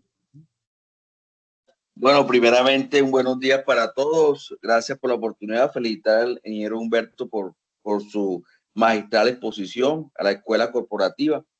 Varios temas, varias cosas que has comentado allí, importante. Digamos que una de las labores de la subdirección de procesos contractuales era mandarnos el memorando con algunas recomendaciones frente a las plantillas de los pliegos únicos, las plantillas de licitaciones públicas, las plantillas de selección abreviada, las plantillas de mínima cuantía, y era muy importante. Hace varios años incluso se tomaban el trabajo los abogados le daban una serie de recomendaciones, mandaban las plantillas, incluso había frases que advertían que no se podía modificar. Bueno, con las plantillas tipo pliego de Colombia Compra, estos memorandos que mandaban ya simplemente es una frase corta y mandan las plantillas de Colombia Compra.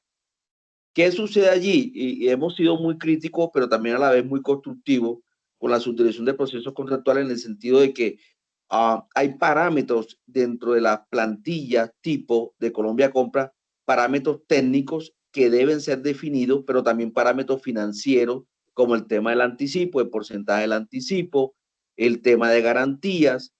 Entonces, esos aspectos siempre hemos dicho que pues, es responsabilidad de las unidades ejecutoras. Ejemplo, si mandan un CDP para un proceso de monto agotable, precisamente ahorita en la resolución 833, solamente las territoriales quedamos delegados con las mínimas cuantías, los IP de mínimas cuantías para monto agotable, por ejemplo.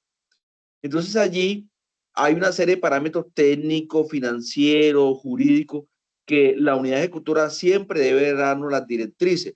¿Para qué? Para que haya unidad de criterio frente a las 26 territoriales que vamos a generar esos procesos. Entonces, digamos que ahorita se están haciendo unas mesas técnicas en las cuales hemos sido muy participativos y ya por el interno, y Humberto, que hemos comentado este tema, pues este espacio no es para eso ahorita porque nos extenderíamos, pero sí necesitamos que las 27 territoriales tengamos unas directrices muy claras, muy precisas, para que los procesos sean, digamos, el mismo, por ejemplo, el mismo IP que saca la territorial Antioquia para monto agotable, sea el mismo, por lo menos el mismo esquema de monto agotable en la territorial Tolima y en la territorial Atlántico. Yo sé que, como tú lo has dicho, cada proyecto es un universo, son sui generis, pero sí debe haber una unidad de criterio frente al grupo de evaluador. Eso quería comentar, gracias. Sí, efectivamente, ingeniero Elkin, usted siempre con sus comentarios acertados porque son basados en la experiencia y eso es fundamental. Pero miremos que en el decreto, digamos que exactamente sí se presentan esas situaciones en relación con las direcciones territoriales, pero mire que aquí depende de las políticas de la dirección, pues se van haciendo una cosa u otra. Yo recuerdo en algún momento, eso fue hace como unos 10 años, que se presentaron unas quejas en el sistema de selección en algunas direcciones territoriales y por esa razón nos enviaron algunos funcionarios a que hiciéramos auditoría de esos procesos de selección. Entonces, por eso cambiaron un poquito, digamos, esa delegación que se tenía a las territoriales y se colocó en el tema de mínima cuantía, pero desafortunadamente en todas las direcciones pues no se actúa con la misma diligencia y eficacia que corresponde. Recordemos ese artículo 2 de la Constitución que leímos al principio, cuyo propósito es aplicarlo y aplicarlo debidamente. Entonces, en las direcciones territoriales se presenta algo similar como lo que yo mencionaba de algunos municipios. Se cuenta mucho en la costa cuando la ley 80 y decían los costeños, hombre, que esa ley no pegó acá, no pegó, lo intentamos, pero no pegó. El ingeniero Elkin es costeño. Bueno, entonces en esto, yo creo que en lo que está actualmente el decreto, lo que refiere el decreto, es precisamente que lo pongamos en práctica. A quien corresponde de dar esas directrices y esos documentos típicos, tipo en la publicación es la subdirección de gestión contractual de procesos, la selección de procesos de selección contractuales, al igual que la subdirección de gestión contractual y procesos administrativos. Y en algo le corresponde también a la subdirección de estructuración de proyectos. Yo creo que habría que mirarlo y enfocarlo en el sentido respecto a la obligación, la función que tiene cada una de esas dependencias en este aspecto. Sería como complemento a lo que expresó el ingeniero Elkin. Bueno, ¿alguna otra comentario? Otro comentario rapidito de la ley 1882, que es la de infraestructura, ¿sí? Sí. ¿Recuerdas cuando salió esa ley? Como siempre, o sea, el legislador indica la ley, pero no el cómo. La filigrana nunca se estableció y hubo serios problemas. Recuerdo la Subdirección Red Nacional de Carretera en esa época, metieron el 7x24 porque era ley, había que meterlo, y lo metieron inmerso en los APU. No, Vaya no, problema no, nos enfrentamos, porque no, había contratos, y yo viví ese tema en el 2014, había un tema del 7x24 ya, y resulta que un contratista dijo, no, yo voy a construir ese puente, pero yo no voy a aplicar 7x24. O sea, que no lo iba a aplicar porque, y era realidad, o sea, ahí en esa zona, si había zona de guerrilla, que recuerden que esa infraestructura 17x24 vino con un copy-pegue de Ecuador, y es que Ecuador no tiene guerrilla, nosotros sí, y en otras condiciones particulares. Entonces, inmersamente metieron en el APU el 7x24, vaya problema. Entonces, ¿qué nos tocó hacer? Un otro sí, una modificatoria, y hacer los APU sin 7x24. Eso daba un ahorro como de 60 millones en aquella época, en el 2014, 60 millones. Y nos tocó hacer ese otro sí, porque el contratista el primer día de contrato dijo que no iba a aplicar 7x24. Pero eso sí, quería que se lo pagaran. Entonces nos tocó con la interventoría, que esa interventoría sí fue juiciosa, afortunadamente nos tocó una buena interventoría, y tocó hacer un otro sí, y coger los APU y sacarle el 7x24. Por eso calculamos 60 millones y pagarle al tipo sin 7x24. Eso fue un tema, pero bueno, son experiencias. Gracias. Sí, señor, digamos que respecto a esto todos tenemos algo que decir en el tema del 7x24. Yo recuerdo que hace unos años tuve una diferencia conceptual con una abogada, una prestigiosa y prestante abogada del instituto, pero que digamos no se tenía claridad respecto. Recordemos que esto es de la ley 1682 de 2013, es decir, hace 12 años, pero el instituto no la ha tenido clara respecto a eso, quienes se estructuran, porque el 7x24 es obligatorio, es decir, el propósito de incluirlo en la ley era que los proyectos se ejecutaran en menor plazo previsto. Entonces aquí, por comentario y complemento a lo que dice el INGE, aunque me sorprende mucho que hubieran cometido ese horror de incluirlo en los análisis de precios unitarios, porque eso nunca se incluye allí. Entonces, el tema es que lo que yo decía al principio, cuando mencioné la ley, ese artículo de que normalmente ni siquiera no se aplica. Hay una situación que se habla en los procesos administrativos e indica que, y lo dice la ley también, que si el contratista está atrasado en la ejecución, él implementa dentro de su plan de contingencia unas alternativas, es el 7x24 a efectos de recuperar el atraso, pero que esto no se le reconoce al contratista, porque lo que él está evitando es que se le aplique una multa por tema de atraso en el programa de inversiones. Entonces, creo que esto, a pesar de que quienes hemos tratado el tema nos parece que es sencillo, para mucha gente no lo es porque nunca lo entienden. Sí me parece, digamos, una situación inaceptable que se hubiera incluido. El ingeniero que lo haya hecho, uno no entiende cuál fue la razón, pero me parece grave. Entonces, digamos, para hacer comentarios dentro de la óptica que uno ha venido manejando y el hecho de que pues yo he estado en el tema del manual de interventoría desde siempre y allí lo tratamos este tema, pero fundamentalmente, si miramos un poquito en los presupuestos de los contratos, habla del 7x24 porque es por ley, pero al final hacen una modificación y terminan redistribuyendo ese costo que nunca lo aplican, porque las interventorías tampoco parece que les interesará mucho la aplicación de lo que está de conformidad como está contenido en la ley. Una de las cosas que en un momento se discutió es, oye, ¿cómo es que se estructura el proyecto cuando vamos a aplicar el 7x24? En mi concepto, y me gustaría escuchar un concepto diferente si es el caso, y lo discutiríamos. En mi concepto, el tema es que nosotros estructuramos el proyecto para las condiciones normales de ejecución, como lo hemos hecho siempre. ¿Por qué? Porque al aplicar el contratista, decir, mire, yo voy a hacer ese proyecto que estaba para 12 meses, lo voy a hacer en 11 meses, y él dice, mire, este es mi plan para lograr realizarlo en un mes menos.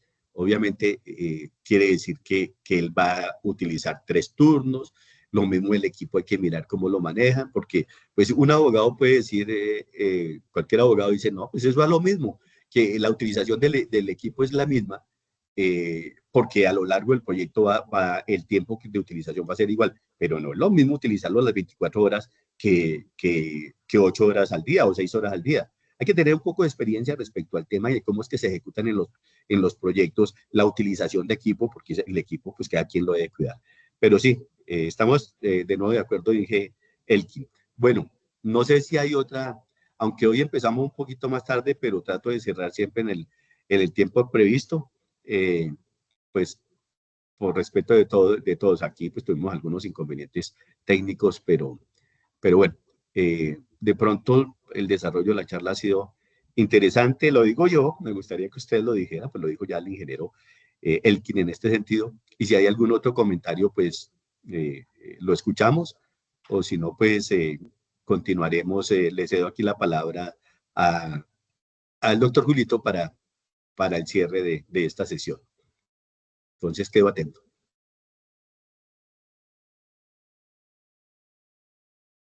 Bueno, un comentario, ya que no lo hacen ustedes, no voy a decir que me preocupa, porque en realidad no me preocupa, pero miro que la audiencia está disminuyendo. Vuelvo y les digo lo que les dije la vez pasada. El problema es de cada quien. La gestión del conocimiento yo la hago con mucho gusto, por esto no me están pagando nada adicional. Y, y creo que es un tema que no mucha gente maneja en el Instituto Nacional de Vida. Y ustedes se lo pierden, los que no llegaron, los que están aquí, pues, como dicen, mis agradecimientos, pero esto no se trata de rogarle a nadie, ni solicitar, ni ponerles un revólver en la cabeza. Esto es una obligación de quienes están aquí y que van a desarrollar en algún momento dado la función, si algunos ya la están haciendo, de la supervisión. Yo lo hago con muchísimo gusto. Soy experto en el tema y no me sonrojo por decirlo. Y como yo les comenté a ustedes en un momento, el cierre para mí es estar en procesos administrativos sancionatorios, que me parece una experiencia extraordinaria por todo lo que se puede aportar allí.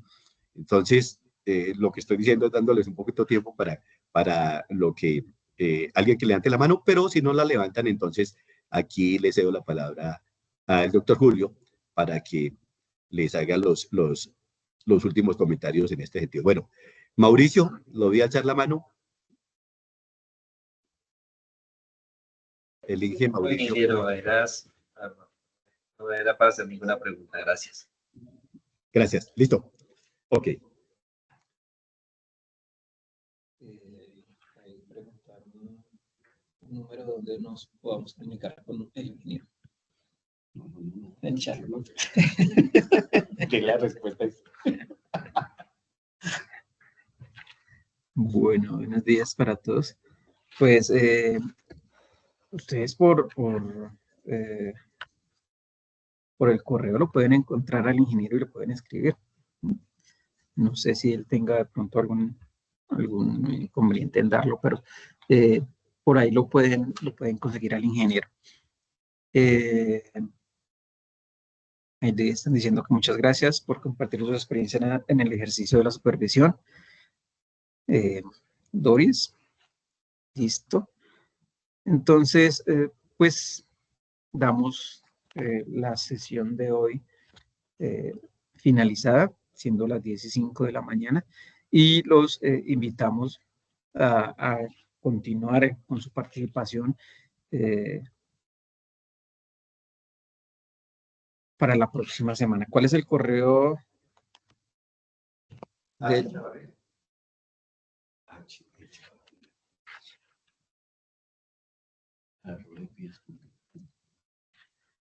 se lo estoy escribiendo.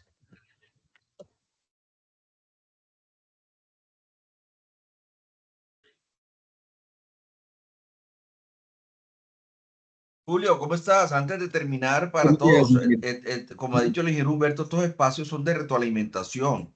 O sea, no es un monólogo que el ingeniero Humberto pues comente eso, no.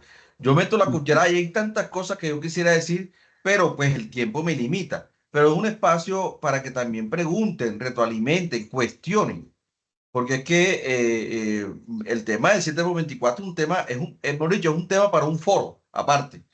Los que vivimos eso en esa época fue terrible y logramos sacar adelante el tema gracias a, pues, a que hubo coherencia, a que algunos jefes le decían a uno, no piense sino que obedezca. Pero algunos rebeldes, que hay pocos ahí en el INVIA rebeldes, que no, es que tenemos que idear una fórmula y mirar y salimos adelante. Todo eso, aprovechen estos espacios para preguntar, no les dé miedo, porque aún la mínima pregunta uno cree que es tonta y resulta que abre el panorama a otros temas importantes. Gracias. Gracias, ingeniero Elkin. Sí, es cierto. La invitación es a que participemos, a que le preguntemos al ingeniero, que aprovechemos toda la experiencia que tiene él y que tiene el ingeniero Elkin también y los otros ingenieros que están acá. Yo sé que aquí hay muchos ingenieros con mucha experiencia y con mucho conocimiento que pueden aportar, ¿sí? Entonces, pues damos cerrada la sesión del día de hoy. Los invitamos para la próxima sesión el próximo martes y los esperamos. A los que no vinieron, pues ya, como decía el ingeniero. Ya no es tiempo de llorar. Como decía el ingeniero Humberto, pues ya esperemos a que continúen, vean la grabación que las estoy compartiendo y nos vemos en la próxima oportunidad. Feliz día para todos. Gracias, buen día para todos. Gracias, muy amables.